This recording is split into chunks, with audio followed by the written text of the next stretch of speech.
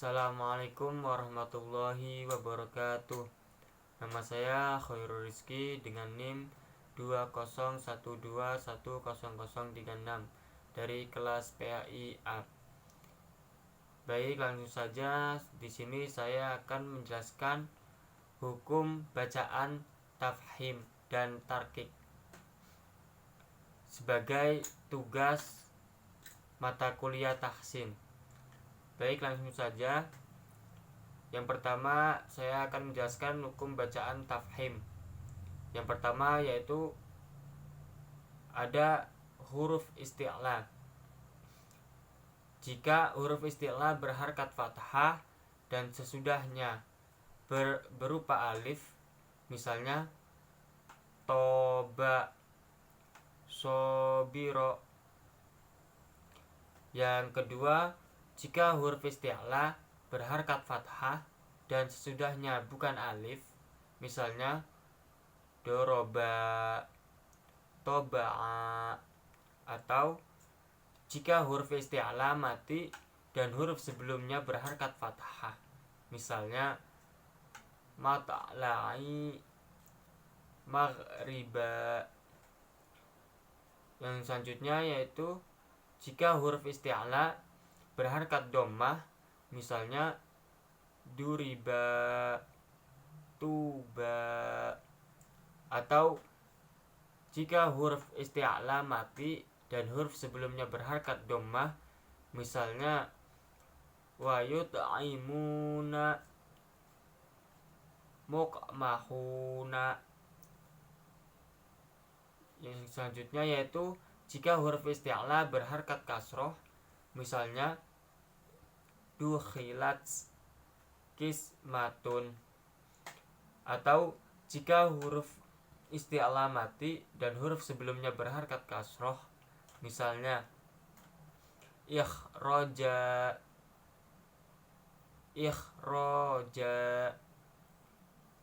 it'amu. Yang kedua yaitu huruf ro yang berada di awal atau tengah kata. Yang pertama, jika ro berharkat fathah, misalnya aro'aita, rohmata.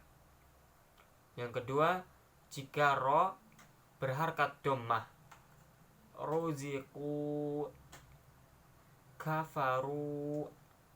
Yang ketiga, jika ada ro mati terletak sesudah huruf yang berharkat fathah, misalnya arsalna.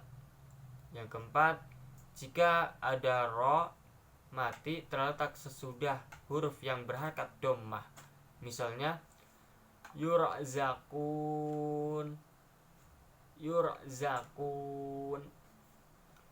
Yang kelima, jika ada ro mati terletak sesudah huruf yang berharkat kasroh, aridoh atau tidak asli, misalnya irji'i, irka'u. Yang keenam, jika ada ro mati terletak sesudah huruf berharkat kasroh yang berada di akhir kata sebelumnya, misalnya inirtabtum, rabbarhamhuma.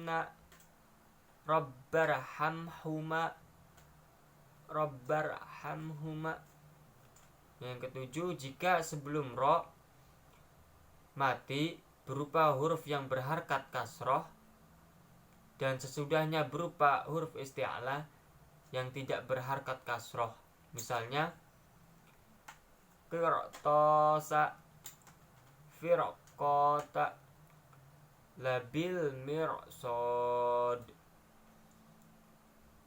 Yang selanjutnya ada huruf ro berada di akhir kata.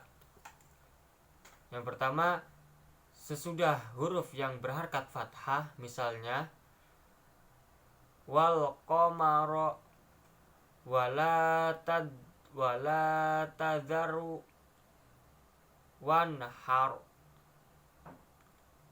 wal qamara wala tadhar wanhar yang diwakafkan atau di antara keduanya dipisah. Misalnya wal as. Yang kedua sesudah alif, misalnya an-nar yang diwakafkan. Yang ketiga sesudah huruf yang berharakat dhammah, misalnya bin nuzur wa amur wangzur yang diwakafkan atau di antara keduanya dipisah. Misalnya ma'al us. Yang keempat sesudah waw mati, misalnya fis sudur. Yang keempat yaitu ada lam lafadz Allah. Yang pertama yaitu jika lafadz Allah dibaca dari permulaan, misalnya Allahu Somad. Yang kedua jika lafadz Allah didahului huruf yang berharakat fathah, misalnya huwallah. Yang selanjutnya jika lafadz Allah didahului huruf yang berharakat dhammah, misalnya Rasulullah. Yang kelima ada alif. Jika alif terletak sesudah huruf isti'la, misalnya qala. Jika alif terletak sesudah lam lafaz jalalah yang tidak didahului oleh huruf berharakat kasroh, misalnya yuridullah. Yang selanjutnya jika alif terletak sesudah ro yang tidak dibaca al-imalah, misalnya walau taro. Yang selanjutnya yaitu ada hukum bacaan tarqiq. Yang pertama yaitu ro yang berada di awal atau di tengah kata.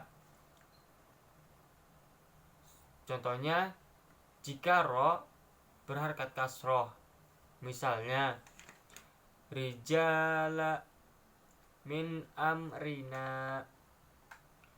Yang kedua jika sebelum ro mati berupa huruf yang berharakat kasroh yang terletak di dalam satu kata, misalnya Fir'aun.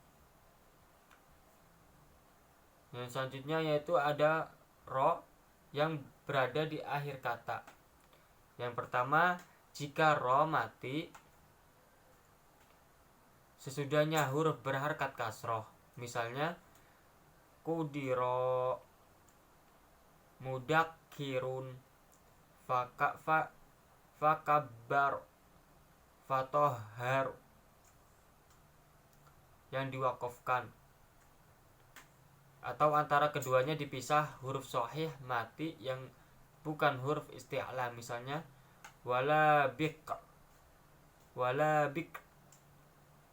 Yang kedua jika ro mati sesudah ya mati, misalnya basir, khabir, wasulhu khair yang diwakafkan.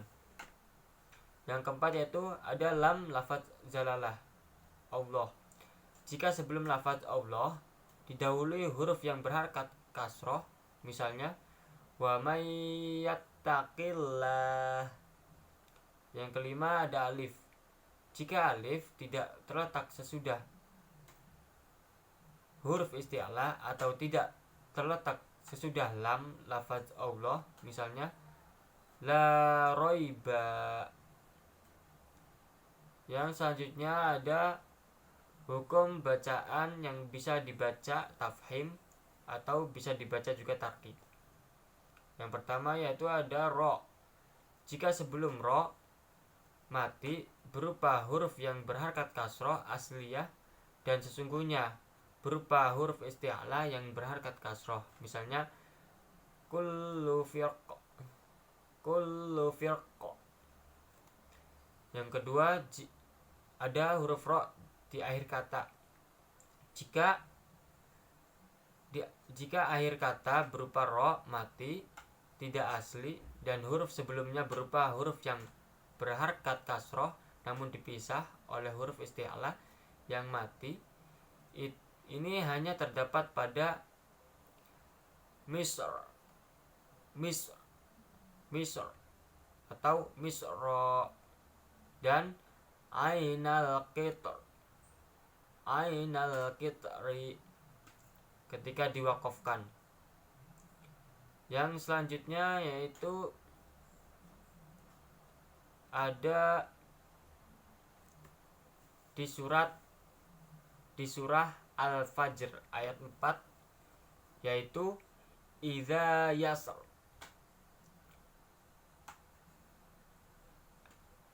Dimanapun berada dalam Al-Quran an-asr. Mungkin itu saja yang bisa saya sampaikan atau saya bacakan. Apabila ada kata-kata yang salah dari yang saya bawakan ini atau ucapan yang mungkin kurang jelas untuk dipahami, mohon maaf karena saya juga masih dalam tahap pembelajaran.